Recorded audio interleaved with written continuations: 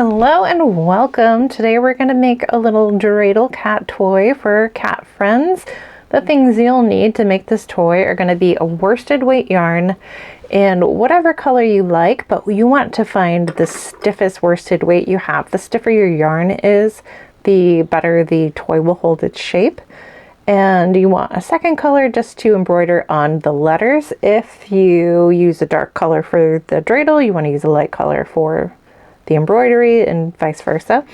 Another thing you'll want is your 4mm crochet hook, a yarn needle, some kind of scissors, some kind of stuffing, and maybe some reference for when you're embroidering on the little letters there. So that is everything you'll need. We will go ahead and get started. As we often do, we're starting with our magic circle. You can do your magic circle however you like. If you want to do it the same way I'm doing it, you're crossing your long end over the short end of your yarn, taking your hook through the front as you hold where the yarns cross. We're going to grab the yarn, pull it up, and then we'll grab the yarn and pull through there one more time. And then that's it. That's our magic circle, and we are going to be working 6 single crochets down the side where the 2 strands of your magic circle are. So we're going in, we're going to wrap our yarn, pull it up, wrap, pull through the 2 on the hook, and we're just going to keep going until we have all 6. Once we have them, we're taking our tail, the little end of the yarn that we're not working with, we'll pull it. That's going to take our little circle here and bring it all together so it's closed up. And then we are ready for our next round. So once you have all 6, we'll keep our hook in there so that last little loop we've got doesn't shrink or disappear. So we take that tail, pull it, and you can see that the 2 ends have come together. And like a little Pac-Man there, we're going to go through the very first stitch, through the tops of that stitch there. And then we're going to wrap our yarn and we're going to slip stitch to join. So we're going through that spot we just came into,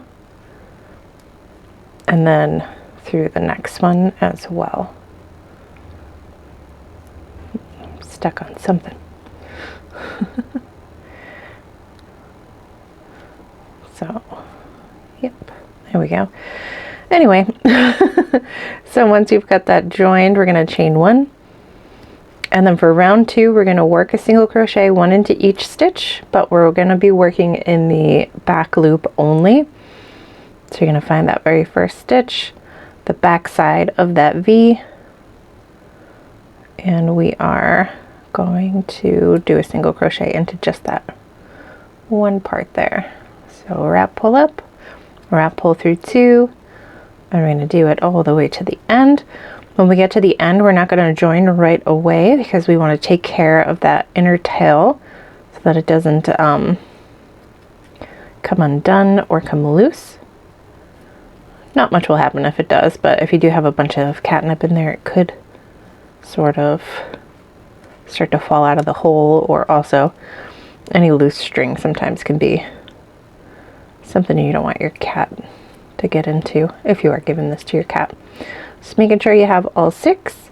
We're going to flip it inside out and we're going to grab a yarn needle for the tail. And once we have that tail threaded on, we're just going to grab a leg of any stitch on that first round, wherever you can kind of get into and keep the tail close to the center. So we're going in, we're going to pull until we have just like a little loop there. We're taking our needle through the loop and securing that. So just make it as tight as you can. Then you can put that needle off to the side, and we're going to join that round now. So just trying to tuck that out of your way. And since we are inside out a little bit here, making sure that you're getting the top loops of that very first stitch of that last round, and slip stitch into that last stitch, and then keeping that hook in there, we're just going to flip this back to our working side. So now that very beginning little bit is all secure, that tail is just going to stay on the inside of the toy. We're going to chain 1 here, and for rounds 3 and 4 it's just a plain single crochet round, so 1 stitch in each. You'll end up with 6 at the end, slip stitch to join, we'll chain 1, and we'll meet back for round 5. We're on to round 5. We've got a little increase round here. We are going to be working in the front loops only for this round so that our little stem, it starts to work its way out instead of just like getting rounder. We want it to be a little bit of a flat surface for the next couple of pieces so we get that shape that we want. So again, we're going just into the front loops, and for every stitch we're going to work 2 single crochets into them, so we're increasing in each stitch. So we're getting into, if you can't really always tell in the very first one, but the front loops only, and then we're going into that same space and working that second single crochet. Oh, this yarn is like terribly splitty. And the next one, so now you could probably be able to tell a little better. You get that little V shape there, again the front part only, and we're making 2 single crochets into that space. So you're keeping going with that all the way around. You'll go from 6 stitches up to 12. At the end of the round, we'll slip stitch to join, we'll chain 1, and then we'll be ready to meet back together for round 6. Round 5 is done. We're ready for round 6. We are going to keep increasing, and this is going to start to create the corners here. So in this very first stitch, we are going to single crochet 3 stitches into that same spot. So we're going into that very first stitch, right under where we created that chain. We're making 1 single crochet, we're going back into that same spot, making that second one, and then we want to do that 1 more time. So it's a little different than just a regular increase stitch because we are putting 3 in there, and then the next 2 stitches are just plain single crochets. So we got 1 and that 1 and the next one, and then we have a set of 3 worked into that next stitch. So I'm going to keep going. This is going to take us from 12 stitches up to 20, and you can already kind of see how that just is starting to make a little square there. So our next 2 are plain single crochets, 1 and 1 in the next, and then we're working 3, oops, 1, going into that same spot, and 1 more time. So now we're going to do 2 plain in the next 2 stitches, so just a plain one, and 1 more single in the next stitch. And then we're going to create our last corner here, putting in those 3 single crochets,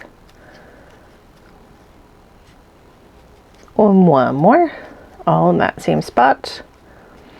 And now we have our last 2 single crochets just all by themselves. And then we will find that very first stitch you worked, making sure they're again the first one and not the chain or one of the other ones, because it is a kind of, it'll look a little different than where you normally join. And then we'll chain 1. And you can kind of see how that looks a little bit more square now. We've got 1 more increase round. And the pattern for this round goes a little different, so I'll stay with you for this whole one as well. So we're on round 7. The very first stitch, we're going to work just a single crochet into the first one. And then that next one is going to be 2. So we're increasing again. We're back down to those regular increases, just 2 stitches in that spot. Then we've got 4 plain single crochet, so we're just 1 to 1 for the next 4 stitches. Couple more, and once you finish those 4, the following stitch will be a single crochet 2, so we're increasing again. And then we're going to do, again, 4 plain ones. You can kind of see where this is going. Just a little off on that last repeat because of where we start with the odd number that we had for the last round. 1 more. Whoop. And then we've got our increase again, so just 2 single crochets for that increase this time. And we are doing another 4, 1 in 1 stitch for those.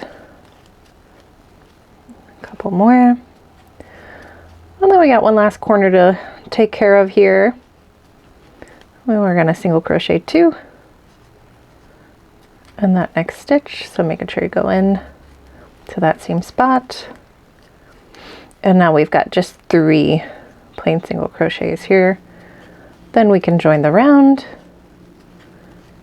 And for round 8, nice and simple, no more increases here. We're going to be working a plain single crochet in each stitch, but we are again changing directions. So we'll be working in the back loops only. And I will show you what that looks like again. So the back loop only for those single crochets, we're gonna grab, so you can see the little V shape there. You're grabbing just the back and working that single crochet there. So you're gonna keep going all the way around. When you get to the end, we'll slip stitch to join, we'll chain 1, and then for rounds 9, 10, 11, and 12, so 4 plain rounds after this, you're gonna just work regular single crochets. You're gonna grab both loops for those rounds. You'll join at the end, you'll chain 1, you keep going. So finish this round here, round 8 in the back loops only. And then the following 4 after that are just plain single crochet rounds. And we'll meet back together for round 13. So before we move on to round 13, we're going to do a little embroidery, but you might think about, you don't have to if you feel like you can clearly see which side is as you're holding it, but you might think about finding where your little increases were and putting some either stitch markers or just like some safety pins, depending on what you have, just right in those corners where those increases are, just to help you see plainly where the walls of our dreidel are. Once we've got our sides marked off, we're gonna just take a strand of yarn in a darker color, thread it onto our yarn needle, and then we're just on each side, we're gonna do one of the 4 symbols for the dreidel game. So starting somewhere in roughly the center here, I'm just gonna go through and pull this until it's still got a tail on the inside, so I have something to hold on to tie it in later, but not quite all the way through. And then I'm just going to do my best to create the shapes of the letters. And once you finish one side, you don't have to cut it off or anything. We are going to be just moving along to the next letter once we're done. So I'm going to go through there and then back out. And same thing, just pulling, making sure that you're not like pulling it out of the beginning there. And go over just a little bit.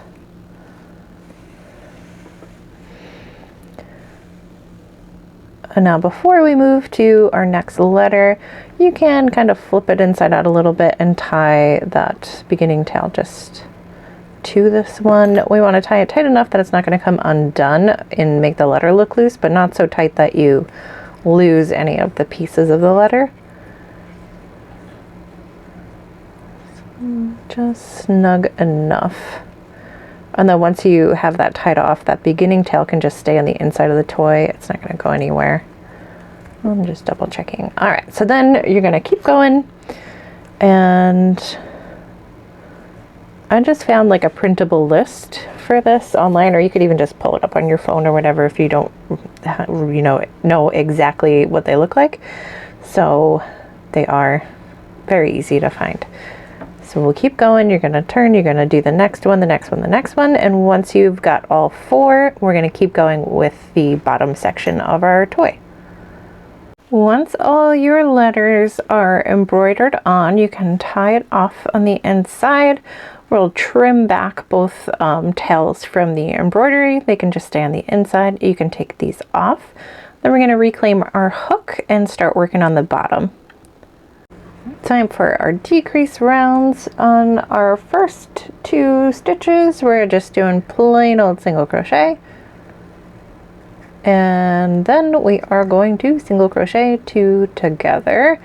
So what that looks like is we're grabbing the front loops only of those first 2 stitches. You can see those back loops are still there. We're going to wrap our yarn, pull it through both of them, wrap, pull through the last 2.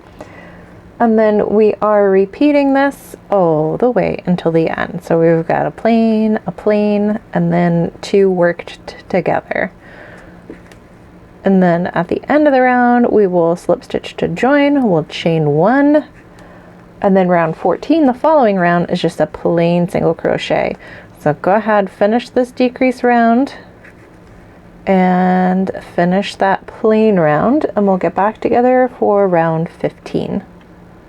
Before we continue on with our decrease rounds, this is going to be an opportunity for us to add the bulk of our stuffing. We will have one more little section where we'll add a little more. But for now, we want to fill up the top, just kind of shaping it as we go. And then once we're as full as we can be, we'll finish those last couple of rounds and put just a little bit more stuffing in at the bottom. So if you are adding catnip, I always recommend adding the catnip first, then the stuffing. That way all the catnip doesn't fall out as you're working. So go ahead and do that, and then we'll get together for our last 2 rows. All right, we've got our stuffing in. We're ready for our next decrease round. Just kind of trying to be careful not to get any stuffing stuck into our stitches. We are decreasing in every stitch, so we're working 2 together all the way around. So we're just decreasing. Maybe you grab those 2 front loops, wrap the yarn, pull through, wrap, pull through both of those. If there's some other decrease stitch that you prefer, maybe it's easier on your hands or your brain or whatever, absolutely feel free. As long as you're decreasing, you're good to just do whatever you feel like. Once we get to the end, we are going to slip stitch to join the round. We're going to chain 1, and then that next round, round 16, is just going to be a plain single crochet round again. And that will be our next chance to put just a little bit more stuffing in there. We are almost to the end. We've got just a couple more to go. So keep going, finish this one, finish the plain round, and we'll get back together for the last one. So we're almost to that very last round. Before we slip stitch to join here, you're going to think about just putting in a bit more stuffing to make the tip of our toy here nice and just kind of firm, very full. We want it to keep its shape, so we don't want to overfill it, but we also, you know, should be able to spin it around. So getting as much in there as you feel like you need. And then we can finish off that very last little round. And again, making sure that you're not picking up any of that fluff, that stuffing. So we're getting it in there and making sure that there's nothing sticking out. Now we can slip stitch to join, and then we've got one last decrease around. This one is going to be a plain single crochet and then a single crochet decrease, and we're just repeating that. So we're doing a plain one, and then that decrease, this is taking us from 9 stitches all the way back down to 6. When we get to the end, we're going to slip stitch, but we are not chaining 1 this time because we will be cutting off that yarn. We want to leave at least kind of like a medium length tail. That's going to be what we use to weave that last opening closed. So once we are all the way at the back at the beginning, we are going to slip stitch here, finding that very first stitch, kind of angling the hook upward so we don't catch anything we don't want to, and then leaving that loop. We're cutting a medium length tail here. And then we are going to wrap that tail around the hook and pull it through that loop one last time. Now we want to get our yarn needle, thread the tail onto the yarn needle. It's late in the day and I forgot to show you, but we're taking our yarn needle in through the first stitch, out through the next, all the way around, and then you pull it closed. You can see I already did that. And then you just kind of grab a little piece of one of the legs, make a little knot, tie it as tight as you can, and then we're going to take the yarn back through wherever the knot lays the flattest, and we're sending that somewhere through the toy. We'll give a little tension there so we can snip off that tail and it'll disappear back into the toy. And then working from the top, we're finding where our corners were. We're going to flatten that out, and we are pushing that stuffing down toward the tip because we didn't add any stuffing for that very last one. And then once we have our corners, once we've kind of flattened that out, push that down, we can just mold and smush those sides. And if you use that stiffer yarn, it holds its shape a lot better than a softer yarn. But it's, you know, it's not the end of the world if you did use a softer yarn. And then once everything's all stuffed and finished, you should be able to give it a little spin.